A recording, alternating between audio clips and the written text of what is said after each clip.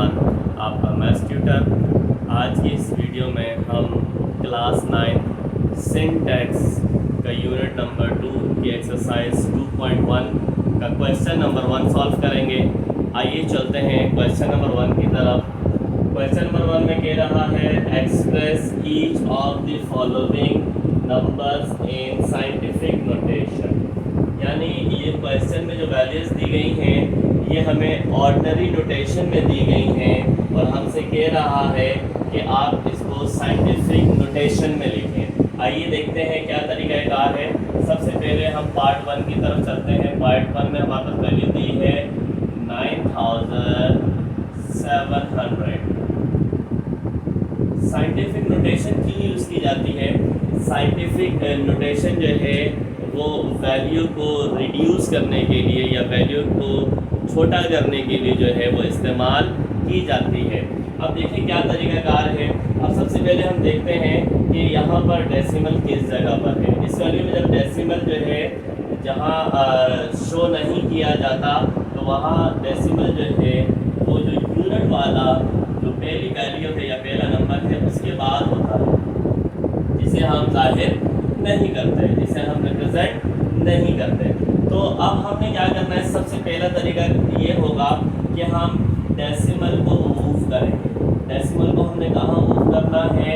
जो last digit है यानी 9 जैसे है इस साइड से चलेंगे तो ये हमारा सबसे पहला डिजिट है जिसको हम कहेंगे कि ये यूनिट वाला डिजिट है और यूनिट वाले डिजिट के बाद पॉइंट है, इसको हमने मूव करना है।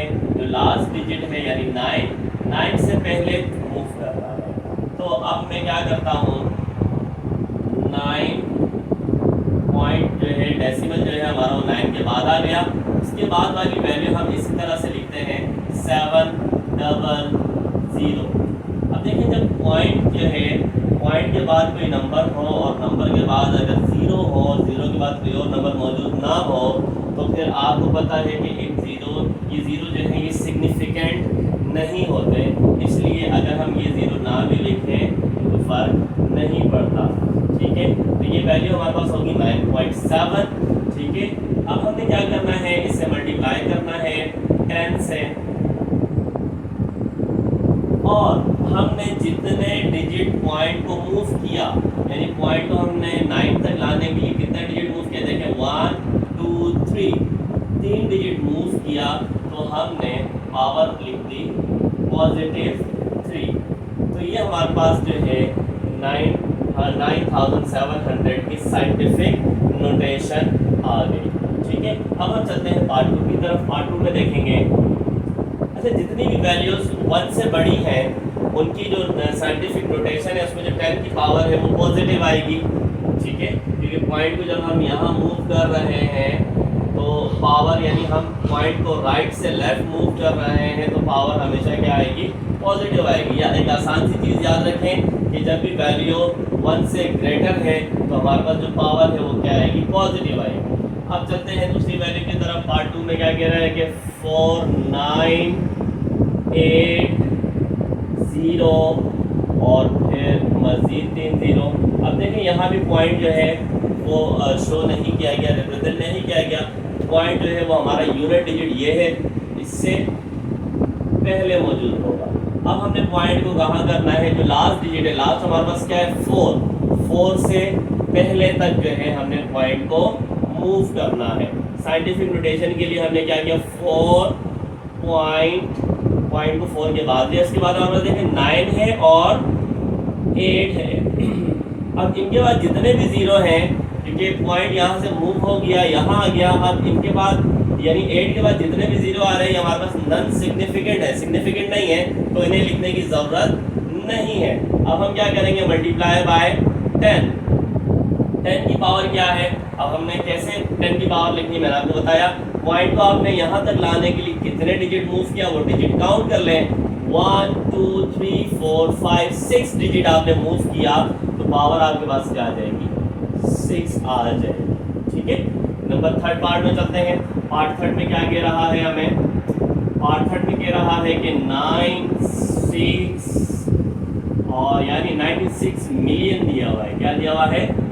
96 मिलियन। पॉइंट नहीं है तो पॉइंट कहाँ होगा, यहाँ यूनिट डिजिट से पहले होगा। पॉइंट को हमने कहाँ लेकर आना है, पॉइंट को हमने लाना है 9, यानी आखिरी डिजिट जो 9 है 9 से पहले, और 9 से पहले हमने पॉइंट मूव किया 9 से पहले तक, और उसके बाद हमारे पास जो 6 है हमने वो 6 लिखा।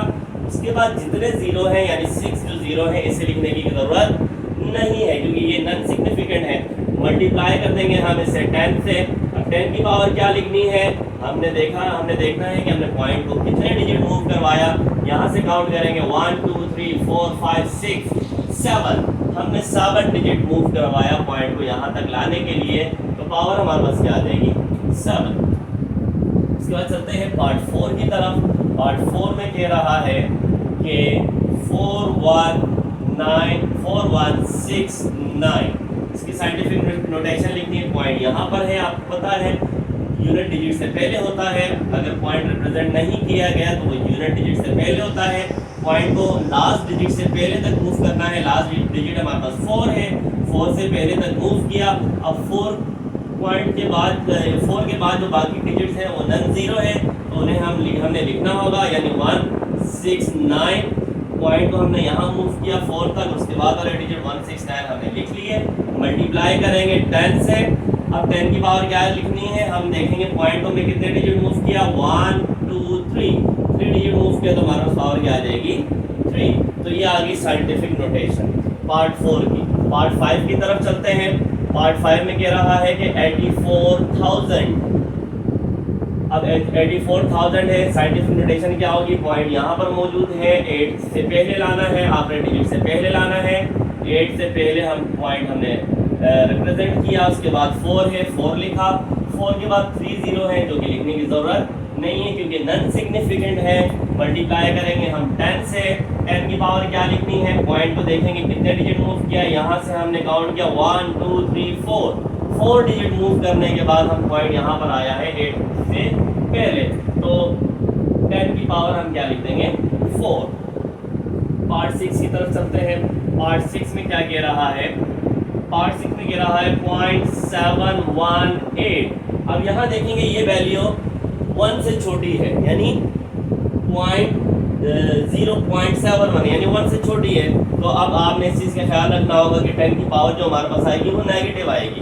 यानी अब हम पॉइंट को लेफ्ट से राइट मूव करेंगे क्योंकि हमें पॉइंट को कहाँ लेकर जाना है, यानी आखिरी डिजिट जो है, ये डिजिट है, इस डिजिट से पहले लेकर जाना है, ठीक है। यानी हम 7 से पहले मूव करवाएंगे पॉइंट को। तो इस तरफ से अगर हम काउंट करेंगे तो हम ये कह सकते हैं कि पहले डिजिट के बाद पॉइंट को रखना है। तो पहला डिजिट यहाँ से हमारे पास क्या है 7, हमने पॉइंट को 7 के बाद लेकर गए, उसके बाद 18 हमने इसी तरह लिखा। मल्टीप्लाई बाय 10 की पावर। अब हमने पॉइंट को कितने डिजिट मूव करवाया, यहाँ से यहाँ तक 1 डिजिट मूव किया, वैल्यू 1 से छोटी थी तो -1 हमारे पास क्या आ गई, पावर आ गई इसकी। तो इसकी आ गई साइंटिफिक नोटेशन।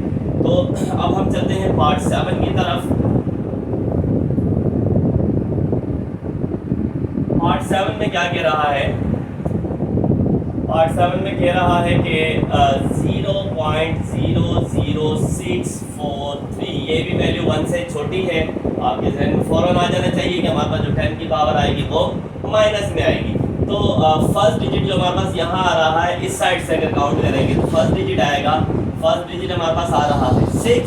तो हम पॉइंट को 6 से पहले लेके जाएंगे, 6 से पहले हमने पॉइंट लगाया, उसके बाद जो डिजिट है 4 3 वो हमने एज इट इज लिख लिए। मल्टीप्लाई बाय 10 की पावर। पावर हमने कैसे लिखनी है, हम देखेंगे कितने डिजिट मूव करवाया, पॉइंट को यहाँ से लेकर यहाँ तक 1 2 3 डिजिट मूव हुआ, वैल्यू 1 से छोटी है तो पावर हमारे पास जो है वो माइनस में आएगी, यानी -3, ठीक है। उसके बाद हम चलते हैं पार्ट 8 की तरफ।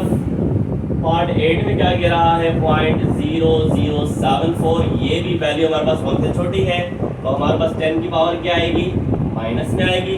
पॉइंट को मूव करेंगे 7 के बाद तक, 7 से पहले, यानी अब हमने पॉइंट को मूव किया 7 के बाद, और फिर उसके बाद 4 लिखा। मल्टीप्लाई बाय 10 की पावर कितने डिजिट मूव किया, 1 2 3 डिजिट मूव किया, -3 आ गई। लास्ट पार्ट इस सवाल का, क्वेश्चन नंबर 1 का लास्ट पार्ट जो है वो हमारे पास है 0.00643। 0.21005, ये वैल्यू 1 से छोटी है क्योंकि हमारे पास 0 पॉइंट आ रहा है, पॉइंट में आ रही वैल्यू 1 से छोटी है। तो अब क्या करेंगे, पॉइंट को डिजिट कहाँ तक मूव करेंगे, फर्स्ट डिजिट के बाद यानी 2 के बाद हमने पॉइंट मूव किया 2 के बाद तक। उसके बाद हमारे पास 1 है और 1 के बाद देखिए 0 है और उसके बाद 5 भी है। अगर ये 5 नहीं होता तो ये 0 जो है ये क्या है होते हैं हमारे पास नॉन सिग्निफिकेंट, क्योंकि अब ये ट्रैपिंग 0 है, ट्रैपिंग 0 जो है वो सिग्निफिकेंट होते हैं, यानी जब 2 डिजिट के दरमियान में 0 आए तो वो सिग्निफिकेंट होते हैं। अब हमने ये 0 लिखने हैं, मल्टीप्लाई बाय 10 की पावर जो है, अब क्या आएगी, हमने पॉइंट को 1 डिजिट मूव किया तो हमारे पास 10 की पावर आ जाएगी -1। तो ये पार्ट 9 जो है इसके अंदर साइंटिफिक नोटेशन लिख ली। यहाँ पर जाकर हमारा क्वेश्चन नंबर 1 जो है वो इख्तिताम पजीर होता है। उम्मीद है आप बेहतर तरीके से समझ गए होंगे। हमारे चैनल को लाइक करना मत भूलिएगा और शेयर तो हमारी वीडियो को करना बिल्कुल भी नहीं भूलिएगा और सब्सक्राइब करना तो हमारा राइट बनता है। फ़ी अमान अल्लाह।